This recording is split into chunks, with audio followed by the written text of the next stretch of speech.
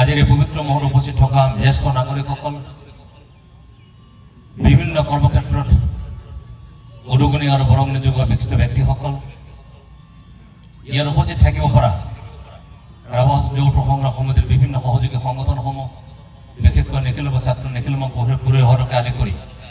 শিক্ষক ডিমানকে আদি কৰি অন্যান্য জাতীয় জনগোষ্ঠী সংগঠনৰ সভাপতি সম্পাদক সমক্ষে কৰ্মকৰ্তাসকল, পৰিস্থিতিৰ মাজেদি আজিৰ ৰাভা হাছন বাছ কাউন্সিলখন আজিৰ পৰ্যায়ত অহাৰ ক্ষেত্ৰত যিসকল শ্বহীদে প্ৰাণ আহুতি দি শ্বহীদ হৈ আজিৰ কাউন্সিলখনৰ আজিৰ পৰ্যায়লৈকে তেখেতসকলে আনিব পৰা সক্ষম হৈছে। এইসকল মহান শ্বহীদ পৰিয়ালসকললৈকে, সেই শ্বহীদসকললৈকে মোৰ তৰফৰ পৰা আজি পবিত্ৰ মঞ্চৰ পৰা শত সহস্ৰ শ্ৰদ্ধাঞ্জলি মই জ্ঞাপন কৰিছোঁ। তেখেতসকলৰ পৰিয়াললৈকে সহমূল্যক মই জ্ঞাপন কৰিছোঁ। আজি দেশ 1950 আজিৰ 26 জানুৱাৰী 50 পৰা আজিৰ তাৰিখলৈকে আমি 2026 এই ক্ষণত যদি আমি চাবলৈ যাওঁ, আজি ভাৰতবৰ্ষৰ যুৱ প্ৰজন্মৰ ওপৰত আটাইতকৈ নিৰ্ভৰশীল এইখন দেশ। আজিৰ যুৱ প্ৰজন্ম 65% যুৱ প্ৰজন্মৰ কাৰণে আজি দেশৰ ভৱিষ্যত, ৰাজ্যৰ ভৱিষ্যত, আজিৰ ৰাভা হাছন বাছ কাউন্সিলৰ ভৱিষ্যত, আজিৰ গড় জিলাখনৰ ভৱিষ্যত। এই যুৱ প্ৰজন্মৰ তেখেতসকলৰ দক্ষতা, তেখেতসকলৰ চিন্তা, তেখেতসকলৰ নিজৰ চিন্তাৰ ওপৰত, পৰিয়ালৰ চিন্তাৰ ওপৰত নিজৰ জিলাখন, নিজৰ ৰাজ্যখন, নিজৰ দেশখনৰ লগত সমগ্ৰ চলাই নিয়াৰ আগতে নিজৰ দেশ মাতৃ সেৱাৰ কৰা সমান্তৰালভাৱে দেশখন আজি কোনটো পৰ্যায়ত আছে, দেশখনৰ আজি গ্ৰাম্য অৰ্থনীতি কি, দেশখনৰ আজি গ্ৰোথ কি, দেশখনৰ স্বাভিমান কি, দেশখনৰ সংস্কৃতি কি, দেশখনৰ আৰ্থসামাজিক দিশটো কেনেকৈ চলি আছে, দেশখনৰ কৃষি সম্পদ কি, দেশখনৰ আজি কি ধৰণে make up India, startup India যি ধৰণে হৈছে, স্কিল ইণ্ডিয়া যি ধৰণে পৰিৱেশৰ মাজত আজিৰ ভাৰতবৰ্ষৰ যুৱ প্ৰজন্ম, আজি ভাৰতবৰ্ষৰ যিসকল বিভিন্ন ক্ষেত্ৰত কৰ্মসংস্থান নিয়োজিত হৈ থকা ব্যক্তিসকলক আগুৱাই নিবৰ কাৰণে, তেখেতৰ দক্ষতা বিকাশ কৰিবৰ কাৰণে যি ধৰণে আমি নিয়োজিত হৈছোঁ, সেই নিয়োজনে বা সেই ব্যৱস্থাই প্ৰমাণিত কৰে আজিৰ ভাৰতবৰ্ষৰ কেনেধৰণে আমি আগবাঢ়ি গৈছোঁ। বিশ্বৰ ভিতৰত আজি ভাৰতবৰ্ষত যি ধৰণে আমি গতি কৰিবৰ কাৰণে আগবাঢ়িছোঁ, যি ধৰণে আমি ভাৰতবৰ্ষৰ উন্নতি হৈছে, সেই উন্নতিৰ ব্যৱস্থাই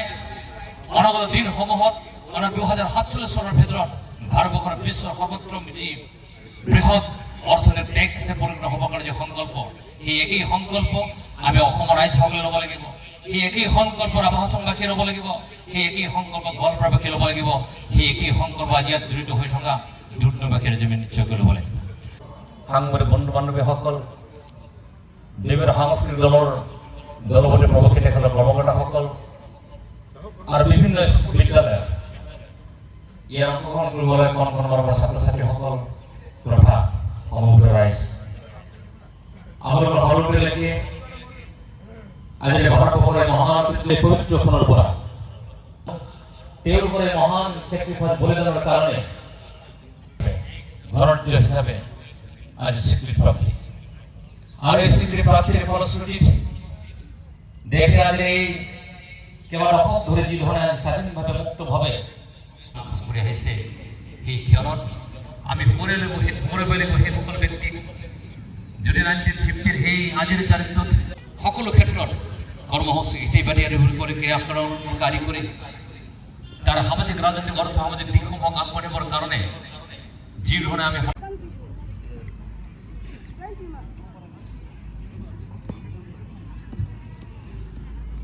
অধিনায়ক ডাঙৰীয়ানীয়ে আমাৰ ৭৮তম গণৰাজ্য দিৱসৰ পতাকা উত্তোলক সন্মানীয় টংকেশ্বৰ ৰাভাদেৱৰ পৰা অনুমতি সাপেক্ষে নিজৰ কৰ্তব্য স্থানলৈ অৱতী হৈছে এতিয়া বিভিন্ন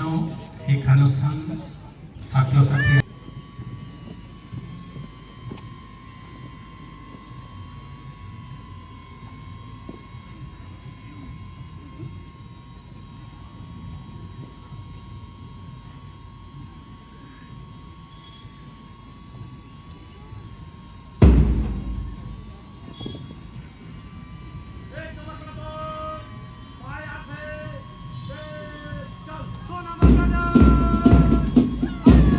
Rabahasang kamong sanglay brown tulog.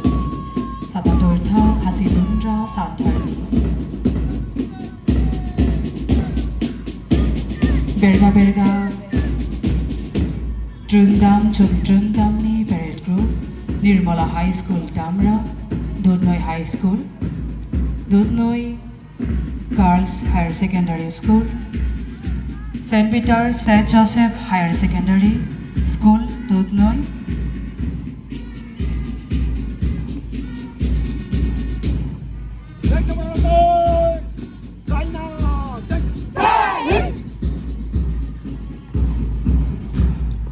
এয়া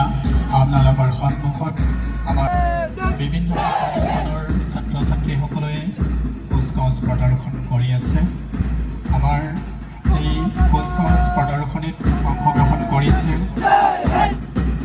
নিৰ্মলা হাইস্কুল ডামৰাৰ ছাত্ৰ ছাত্ৰীসকল দুধনৈ হাইস্কুলৰ ছাত্ৰ ছাত্ৰীসকল